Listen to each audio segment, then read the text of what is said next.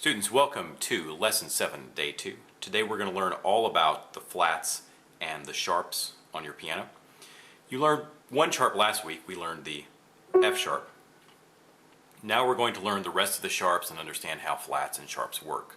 We talked about this in theory, but I want to make sure you understand it on your keyboard or piano as well.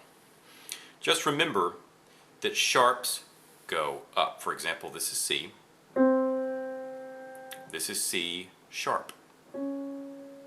This is D. This is D sharp. There's no black note here, so we'll skip over to F. This is F, so this is F sharp. This is G, so this is G sharp. This is A, so this is A sharp. Okay? So just remember, you find the note, then you go up one. Later we're going to have a C sharp, we're going to have an F sharp, but we've already had the F sharp.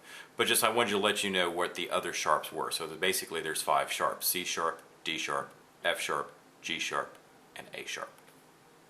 Okay, now let's do the other ones. Let's do the flats.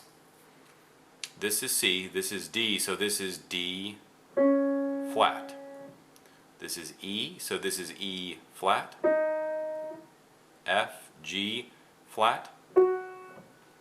This is A flat. This is B flat. Okay?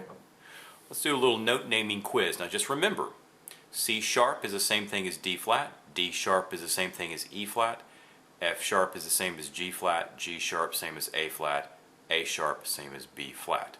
So I'm just going to call out a note, see if you can find it. The note is B flat.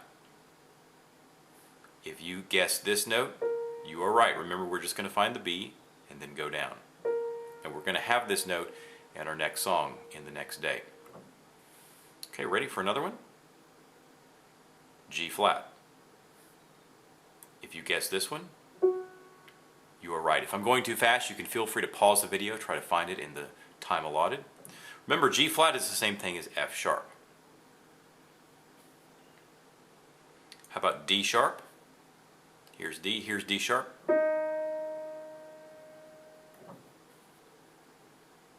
And finally, C sharp. Here it is, or you could have found this one. You can find any one on your piano, it doesn't really matter to me. The question I sometimes get from people is, why do we have sharps and flats? That really goes way back into the history of music and music theory. This is just something you have to learn. You have to learn both the sharps and the flats. If you've learned the basic notes, this is usually pretty easy to do. This is very, very easy. If you're at the point where you're looking at a piano and you know this is G, you know this is A, etc., you don't have to think about it. Okay? So, just study over that. In the next song, you're going to get to play a song with some flats. And in our last song, Deck the Halls, we're going to get to play another sharp, C sharp.